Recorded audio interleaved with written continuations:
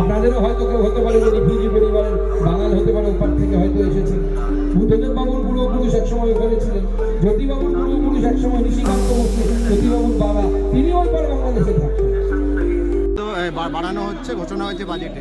দেবে কত থেকে সেটা সবার আগে সেটা তো বলুন। এপ্রিল থেকে শুরু হবে। এপ্রিল থেকে শুরু হবে এবং তারপরে দেখতে পাবেন এখনো কেন্দ্র সরকারের থাকে কত পার্সেন্ট পার্থক্য হয়ে গেল। 18% হলো রাজ্যে। বিজেপি সরকার এলে পরে কেন্দ্র সরকার পে কমিশন বসিয়ে দিয়েছে। এবার তো পে কমিশন ঘোষণা করতে হতো, দিয়ে দিয়ে কি ভাবনা করা আছে আমার দিয়ে তো কেন্দ্র সরকারের হারে দিয়ে পে কমিশন ঘোষণা করে দিতে। সেটা করেননি, ভোটের জন্য এটা করেছে। 4% দিয়েছে, 4% ভিক্ষে দিয়ে কোনো রকম ম্যানেজ করার চেষ্টা করছে। বিজেপি সরকার এলে পশ্চিমবঙ্গের সরকারি কর্মচারীরা কেন্দ্রীয় হারে দিয়ে 4% 5%-এর গল্পে আমি যাচ্ছি না, কেন্দ্রীয় হারে দিয়ে থাকে। ঘাটাল মাস্টার প্ল্যান 2 বছরের মধ্যে শেষ করা হবে বলা হচ্ছে বাজেটে।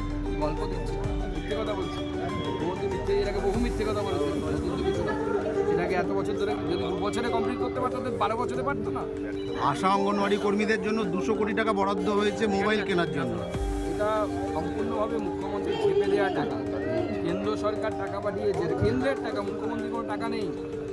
আমরা কেস করবো ভাবছিলাম, ঘোষণা করে দিয়েছেন, কেসের হাত থেকে বাঁচলো। আমরা মামলা করবো ভেবেছিলাম, যে বহুদিন আগে কেন্দ্র সরকারের তরফ থেকে টাকা পাঠানো হয়েছে মহিলা যারা অঙ্গনারী এবং আশা কর্মী তাদের মোবাইল দেওয়ার জন্য।